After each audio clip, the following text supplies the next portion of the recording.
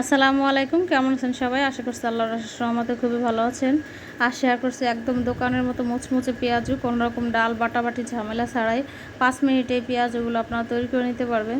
তা প্লিজ ভিডিওটি না টেনে শেষ পর্যন্ত দেখবেন এবং চ্যানেলে নতুন হলে অবশ্যই আমার চ্যানেলটি সাবস্ক্রাইব করবেন। তো এখানে আমি বেসন নিয়ে নিয়েছি মেজারমেন্ট কাপের হাফ কাপের মতো। বেসনটা আমি চেলে নিছি এবং দিয়ে দিলাম ময়দা হাতের 1 মুঠো পরিমাণ।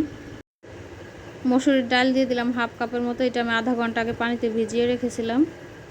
কাঁচামরিচ এবং পেঁয়াজ কুচি, এখানে 4টা কাঁচামরিচ এবং 4টা পেঁয়াজ কুচি করে নিয়েছি আমি। আদা এবং রসুন বাটা একসঙ্গে দিয়ে দিলাম 1 চা চামচ। হলুদের গুঁড়ি হাফ চা চামচ। স্বাদ মতো লবণ দিয়ে দিলাম। জিরা এবং গরম মশলার গুঁড়ি দিয়ে দিলাম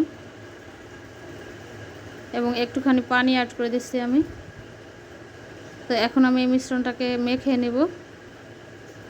তো এখানে আমি ওই পানিটাও দিয়ে দিলাম, দিয়ে ভালোভাবে হাত দিয়ে মিশ্রণটাকে মাখিয়ে নেব। তো দেখুন মিশ্রণটা আমার মেখে নেওয়া হয়ে গেছে। তো এগুলো আমি চুলায় ভাজতে চলে যাব। এজন্য ফ্রাই প্যানে বেশ কিছুটা তেল আমি গরম বসিয়ে রেখেছিলাম এবং আমি এগুলো দিয়ে দিলাম পেঁয়াজগুলো। আমি এগুলো একটু গোল গোল বড় বড় করে শেপ দিয়ে নিচ্ছি এবং পাতলা পাতলা করে। তো আপনারা আপনাদের পছন্দের মতো শেপ দিয়ে নিতে পারেন, ছোট ছোট করে দিলেও হবে।